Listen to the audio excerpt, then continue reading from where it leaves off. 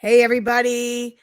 It's a beautiful morning to talk about this topic that I think is really timely, which is about spiritual discernment. Now, what does that mean?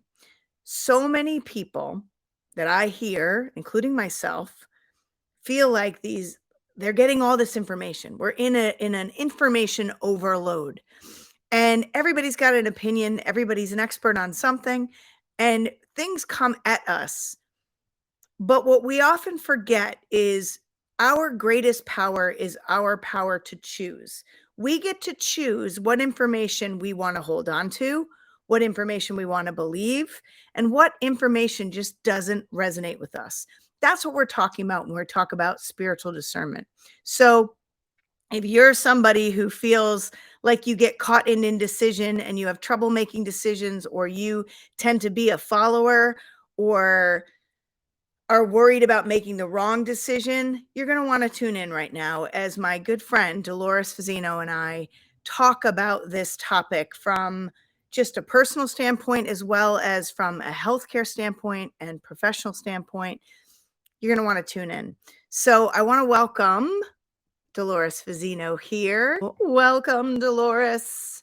Thanks, Jennifer. Nice to be here. So Great topic. yes, yes. Well, we often have conversations. So Dolores is a nurse practitioner. You work in the OR suite often, but you also have a beautiful spiritual coaching and counseling program where you really help people shift the way that they're viewing their health and their well-being. And I know that you have a podcast that you're going to start putting out. You have a lot of different books, little mini books that you have put out, all about healing in ways that you never thought was possible. So this, I think, ties into everything that you talk about, everything that I talk about, what we go through professionally as well as personally, as we're trying to figure out, okay, what's the best way for us to do this? What's the best? How do you do that? How do you reach these people? How do you do that? It's all about spiritual discernment, right? I totally agree. And, I think that, you know, humanity right now is ripe for picking with this because we're in such an overflow and abundance of distraction. Mhm. And there's a lot of noise out there right now. A lot of people are, you feel like you're being sold to. Maybe you can't say no. It's hard for you to say no, and it's like deciding what is the right thing for you, because the bottom line is that it comes back to self all the time. Mm. It's like self-nurturance, self-care, self-worth, self-respect, self-value. It's just like we are amazing creatures, and the beauty is that we're here on earth because we chose to be here, because we experience free will. Mm. Now, our free will is our sovereign right. Nothing can interfere with it unless we allow it to. And, you got to take that a step further. How many times do we walk around in unconscious mode and we give our power away? A Mm. lot of times we don't realize we give our power away because we are operating from being unaware or unconscious. Right. So, with that in mind, it's like, so a lot of people right now, I think since our COVID, pandemic era, post pandemic, that was the great awakening. And it's just like now we've just catapulted to another level of that noise. And how do you decide what is the right thing for you versus not? Mm. It's about having a renaissance and coming back to self, and having a relationship with yourself so you could make the right choice for you, no matter what is happening around in your world. Absolutely. And it's funny, I was listening to, I forget who it was, but there was somebody on, I think it was Instagram, when my brother and I send each other things back and forth. And we were talking about what is a spiritual awakening and how, when you feel like, gosh, why aren't people seeing these things that I'm seeing? Or why are people following this trend or this path or following all along like sheep almost, like just this is the way we're going. So everybody's just blindly following and blindly believing whatever they're being told instead of questioning. And it's the questioning that we start to get that discovery, and that when we are curious, we actually start to figure out like truth and pick through truth. But for many of us, many people, no one's ever sort of put it in a way, at least for me, never really put it away. It's like people used to get into trouble. When I was a kid, I got into trouble all the time for asking questions, right? I got into trouble all the time for not necessarily just following what I'm being told. Mhm. Um, so it becomes like a conditioned response where a lot of people are afraid, or they think that maybe an authority figure, be it a doctor, be it a nurse practitioner, be it a government official, somebody more in the know or with more knowledge is telling us something. We are kind of conditioned to just believe what they're saying instead of to question it, so we figure out what rings true for us, right? And I'm hearing you're saying the way to really take back your power is through that questioning and that awakening. And the way we awaken and we grow and we develop and we sort of stay along our path is by that spiritual discernment, which is the questioning and that tuning into what is true for me. And like I like to say, when somebody's telling me something, I'll say, yep, I'll take that. Okay, that resonates. But then there are times where people have said stuff to me that I'm like, yeah, through business and some of my business, like when I'm learning the business thing, some things ring true, but sometimes I don't want to follow the algorithm. Sometimes that doesn't work for me, right? Exactly. And, I think we're in a society today, when you look at the external, there's a lot of cut and paste products out Yeah. there. And so, that's kind of interesting too, because, it's like there's a lot of noise. I just wonder what the underlying intention is sometimes with some of these things. So, and this is how, when you are more spiritually discerning, you're going to see and witness that.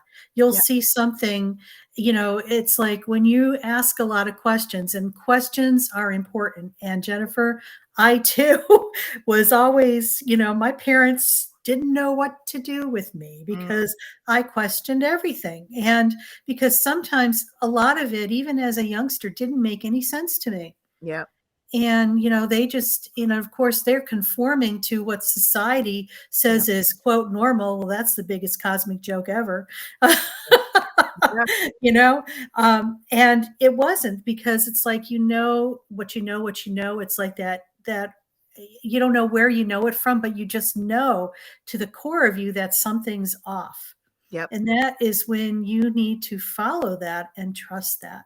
So important. So important. Absolutely. Absolutely. It's like I remember bringing it to giving an example, bringing it to a healthcare situation. I remember when I just felt off. I was tired. I didn't have the energy. I ate right. I exercised. I was sleeping, but my sleep was disturbed. And I just didn't have the energy. And I remember going to the doctor, my primary care physician, and saying, like, I just don't feel right. Like something's off. And being a medical intuitive, I'm like, I think it's my thyroid. Mhm. And of course, they run all these tests. Everything's normal. I just had another podcast episode where I was talking to a chiropractor. She's a chiropractor, but she doesn't like adjusting. And she talked about, what do you do when the labs are normal, and how do you, like, there's Mm. information there when you shrink the normal. So I just kept questioning. I wasn't believing that when they told me, my doctor said, everything's normal. I think you're fine. I was like, but I know I'm not fine. So Mhm. I literally, being a spiritually discerning person, I kept going and seeking somebody who was willing to work with me and dig a little Mhm. deeper. And Yep. I found that's when I figured out that I had this MTHFR, this genetic mutation, that I needed to have higher doses of B12, that even though my B12 was normal, I really needed to be in the higher end of that. Yeah. And, all of that stuff, I found that, I had to really manage the stress, that stress was burning through the limited amounts that I did produce. So, it's that like not necessarily taking what somebody says, but trusting that inner voice and your gut that says, nah, it's something more. Something else is going on. Same with education, right? In Yep. education, to take it out of a healthcare realm, maybe I have some listeners who don't have any, and you have some listeners maybe that don't have any health issues, but maybe you have a child who isn't learning the way that everybody else is. And when we compare and we expect ourselves or our children to follow a certain path because that's what we're told they're supposed to do, we can miss a lot of things. But when Oh, we are spiritually discerning and we tune in and we really look a little bit deeper, we can start to see, but you know what? They might need a little different approach, or they might need, you know, maybe they're having trouble reading and they need to have a multimedia kind of a thing. But this is where instead of giving our power away to other people to figure things out, we need to be more spiritually discerning by asking questions, probing a little deeper mhm. to really connect to what is the truth for us or for our children in the moment. Oh, well said, Jennifer. And that is so true because, a lot of times, and I speak too from, the medical experience, but even my own personal experience too. There's so many times that you go to the doc. I'm like my primary care doctor's worst nightmare, Mhm. because it's just I am like, too. I have to It laugh, comes but with the it's just like, territory. well, you know what? It's just like people have to remember that you're only visiting the primary care doctor for what, 15 minutes, the Mm, tops?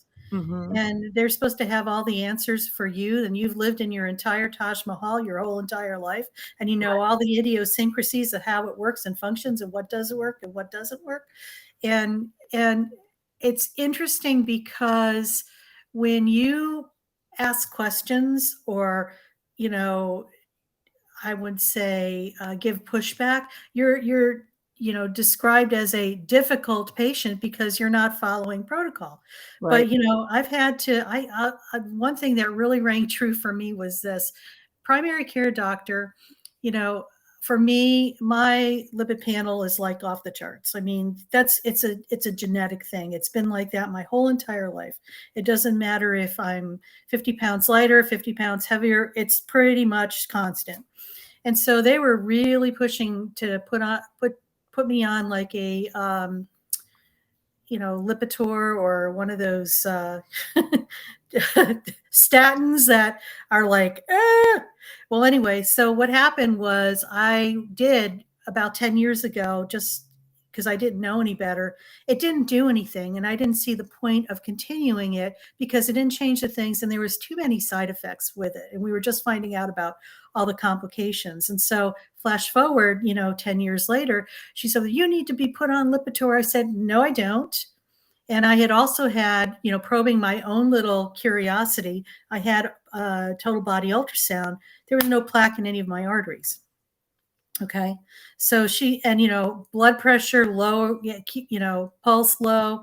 And she was saying that what she said, well, you need to do that. I said, no, I don't. I said, I'm not going to. I said, I don't believe in the risk. She said, well, you're a risk for a heart attack. I said, no, I'm not. But she insisted that I go and get an EKG right in her office, which I did. You need to see a cardiologist. She was like projecting all her fears onto me so Mm, I could create a problem for myself. So I did go to the cardiologist to humor her. yeah. Um, And the cardiologist, the nurse practitioner in the office said, "Why are you here?" I said, "Well, I'm not really sure because my primary care doctor seems to think I'm like a walking time bomb, and I know I'm not." Mm, And so I met with a cardiologist, and she, of course, cardiology is like a lot of statistics. They plug in a lot of numbers, and then they give you like, you're at risk for such and such. With all the numbers that plugged in with my family history, I was at risk at 7% of having a heart attack. She said, right. "Well, what are you doing here?" I said, "I'll tell you what I'm doing here. I'm humoring my primary care doctor. Mm, You guys have got to stop projecting your fears onto people because you have no idea. Some people who are unconscious are going to start creating that for themselves." right. And You I know said, what, "That's a Dolores? huge disservice." It's sort of a CYA approach, the cover your ass approach, which has come because, as you know, I'm married to a surgeon. Yep. There is a degree of, I have to check these boxes and say that I referred because, in the event that this person has a heart attack, and I understand that, but I also respect wholeheartedly your discernment and your connection to yourself to say, I'm not at risk. Yeah, my lipids might be high, but I'm not at risk because I don't have plaque. Plaque, for all you people listening, is what narrows the arteries and can create the issues that can create blockages or ischemia in the heart.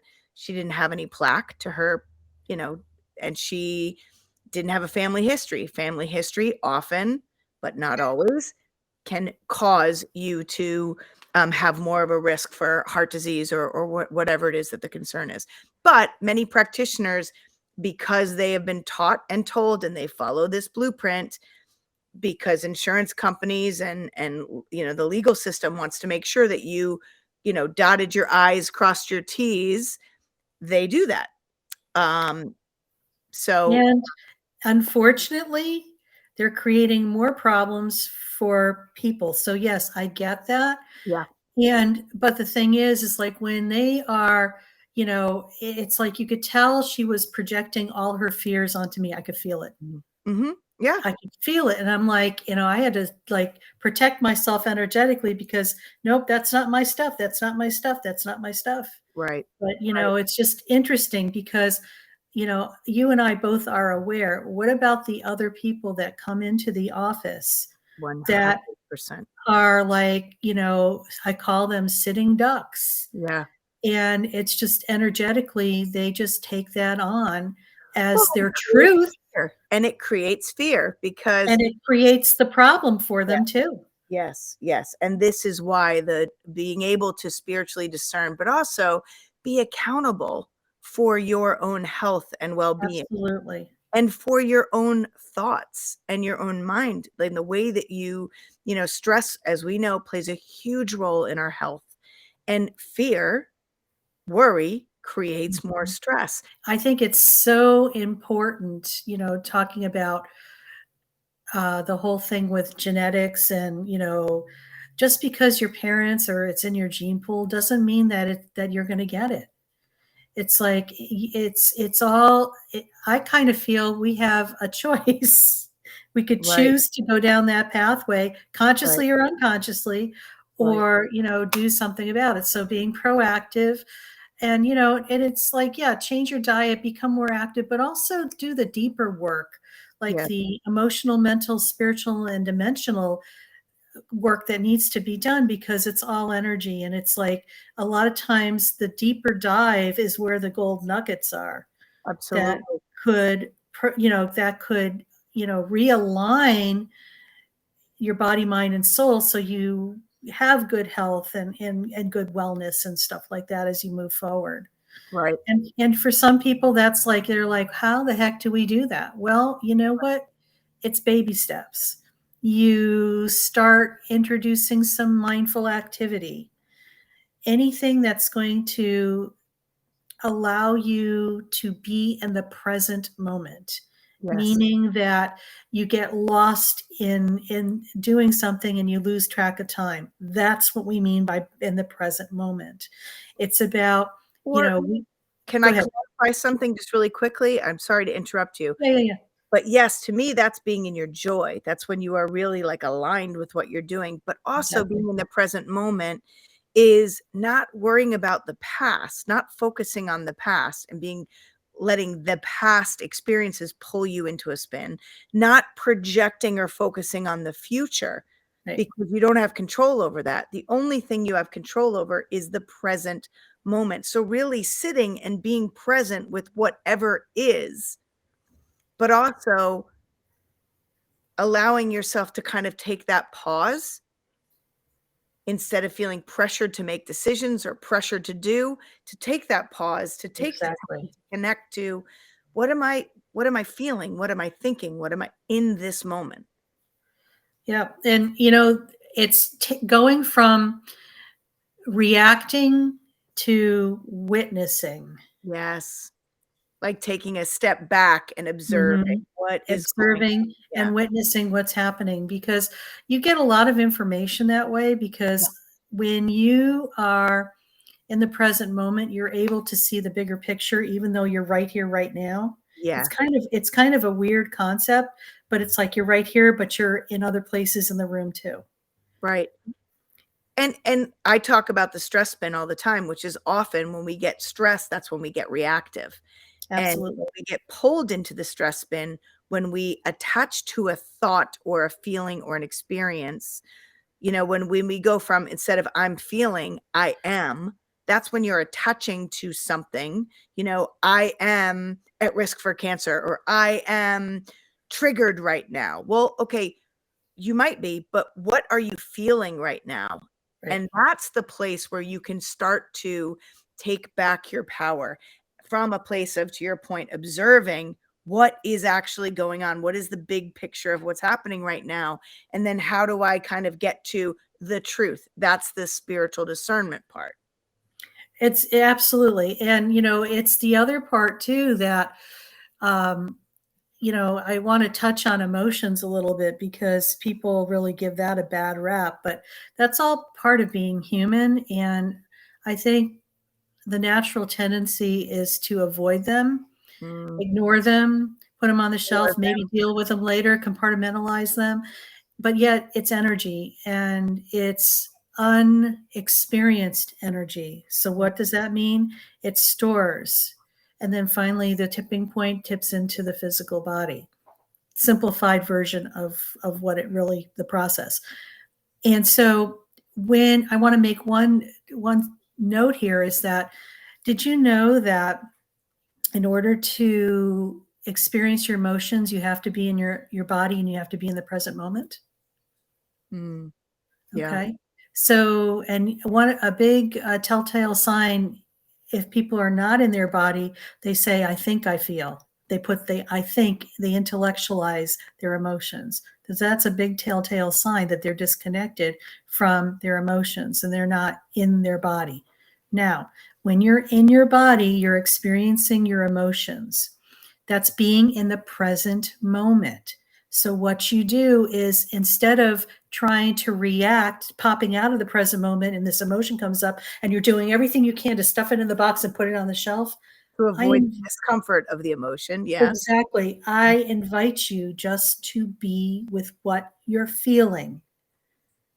Just experience that and just love and appreciate it, because it's part of who you are that wants to come back to home to who you are. Okay. It's a part of you that's kind of out there that wants to reunite with you. So when you love and appreciate it and just send it lots of love and just hold the space for it, guess what? You're taking a step into that energy bubble. And by the time you're taking your next step, you might be out of it and it dissipates. Right. It's that easy. And And the thing is, it comes to neutrality. So but it's not gonna be pushing your button. for the listeners that are saying, okay, that's great, but how do I do that? One of the biggest ways to start is to just put your hand on your heart or your hand on your belly and to really like bring yourself back to your body and to feel where you feel that feeling in your body. And then with your breath, you can start to kind of shift a little bit of that. And then that's when then you connect to the mind, which is like I just did a compassion meditation because I found myself triggered on this wonderful trip I was at. I was finding myself triggered and getting really fiery and emotional. And I had to really feel it in my body, but then breathe to it. And instead of judging it, saying to myself, wow, I'm feeling this right now, right? I'm feeling really fiery and really like Mhm. tense right now. I got to first connect to myself. And then the rest of the meditation is learning how to, just like me, this person is trying to find their place in the world, just like me, and going through that, which helps to open your heart, which helps to kind of dissipate all of the thoughts and the projections that take us away from the truth of Yeah. what's actually happening. True, very true. And there's so much somatic response to emotions. I Yeah. mean, sometimes if people could think about something that is really that triggers them, guaranteed there'll be a response in the physical body, some like a tightening or a pain or a flutter. There's something there. And Yeah. yeah, it's so important to be curious, like we're talking about discernment and curiosity and asking questions. It's like, be curious about that and just tap into it and just say, interesting, I'm feeling triggered. I'm feeling this here in, my gut. It's like, what is my gut telling me? And my, my usual mojo to deal with stuff like that is that if I'm feeling something, I just have to sit with it, but also just send it a lot of love and appreciation because what it's more of a shamanic approach because a lot of times when you're getting triggered, it's like a old if you boil it down to the core, it's the same core issue. It's just another theme and variation. Right. And it's like just bringing it all back to loving that piece of you that pretty much probably fractured off of your soul at a time and place when it initially happened, but it keeps recurring because it's saying, hey, I want to come back home. Hey, I want to come back home. And now's the opportunity to reunite with this part and just love it up like your favorite child or favorite pet unconditionally and just give it so much pink love and light and just surround it and just embrace it and bring it back to your heart space. And it's really very powerful because it doesn't take that long. No, and that's And you don't compassion. That's and compassion, but also oh my forgiveness. god. But forgiveness, that's the harder part for Yeah. all you listeners that are like, yeah, sometimes That's another talk. totally another talk, but that's like when you find that you're having trouble and Mm, struggling with loving it and inviting it in, that means that there's work to be done yeah. to let go of some of the judgment, some of the pain, some of the whatever that is. That's a deeper level of healing. But this is a great, one other thing that as you were talking about the somatic, and when we're looking for tips or providing tips, as we're talking about the spiritual discernment, how do you know? I can hear some people saying, well, how do you know when something's right for you or true for you? Ah, And there is a somatic way. um I had another meditation I did about this, the crossroads meditation, because this is how I do it, where you can feel it in your body. And I'll give two examples. There's the one feeling when you pause for a second, you have to make a decision, or when somebody's telling you, your body will have a reaction. Like I remember when I was told, you know, way back with my second son, when I had a neuropsych evaluation done and they're telling me that like he's got a below average IQ and all this, and I literally felt my body like contracting and just like I was taking shots, right? It felt like somebody was. mm, That's how afterwards, after I processed this, I realized because it wasn't true. Like it wasn't resonating with me. It was like I felt assaulted almost because it was not true. It was being put upon me, but yeah. it was not true. So when I sat and I literally, as we just talked about the tips, I literally stepped back, got into the present moment, and felt what I was feeling. I felt like, wow, like that just doesn't feel right. And then when I looked at the big picture, I thought, well, if this kid with a below average IQ if he has a below average IQ, would he be able to do XYZ, all these things that I know he does and he can do? Would this be the same kid that when he wants to see out the window, takes a coffee can out of the cabinet at 3 years old to put over by the window so he can step up and look out? That's Yeah. not below average IQ. No, So it's not. that's where my body was letting me know that this was not in alignment with what my soul knows to be true. And then on a, on another level, when you're trying to make a decision, you can feel like that energetic tight tingling. I did my crossroads meditation for myself when I had to make a decision, and my mind wanted me to decide one thing, but when I looked at it, I felt this like lump start to form. When I thought I did the visualization, I was going down. I felt the contraction again, which is your no, or Mhm. a no. And then when I thought about another path, I felt lighter and freer. That's when you know that that is the truth, right? That's the right path for you. Mhm. Or even when I'm eating something, my body, it's funny, wheat and I are not friends. I try to be friends. I want to be really good friends with wheat, but we are not friends. And when I eat something, there are times where I'll either start to hiccup or I start to get like a little tingle in my throat. I have Mm. learned that that is my body telling me this is not for me. Yeah. So I got to listen to that. So Absolutely. and pause, and to your point, I'm recapping, get present, connect to our body, what's going on in our body, because that's going to tell us a lot, and then take a step back to see the big picture. That's when we can be more spiritually discerning. Absolutely. Very well surmised and very I can't add anything to it. The other thing is Hard to just, tip. you can trust your gut. Yes. That's where I think we fall short, is so many people are afraid to trust themselves. They know, but they're afraid of failure. They're afraid of Yeah, making a mistake. But yeah. here's the beauty, is we always learn, even when we maybe don't make the right choice, Correct. we But you can. know what? The thing is sometimes the choice that you make is the right choice, and you Right. don't see that until way down the road, and you're looking back, and you see how that decision catapulted you, and you probably maybe got connected with some people that you would have never gotten connected with unless that happened. If you want to feel more calm and more empowered in your life, you have to be willing to do this work. You have to be able to first discern and figure out what is right for you and what is not right for you. And that's what we're talking about here. Right, and coming full circle is that there's many choices and opportunities out there to get to your pathway to where you need to go.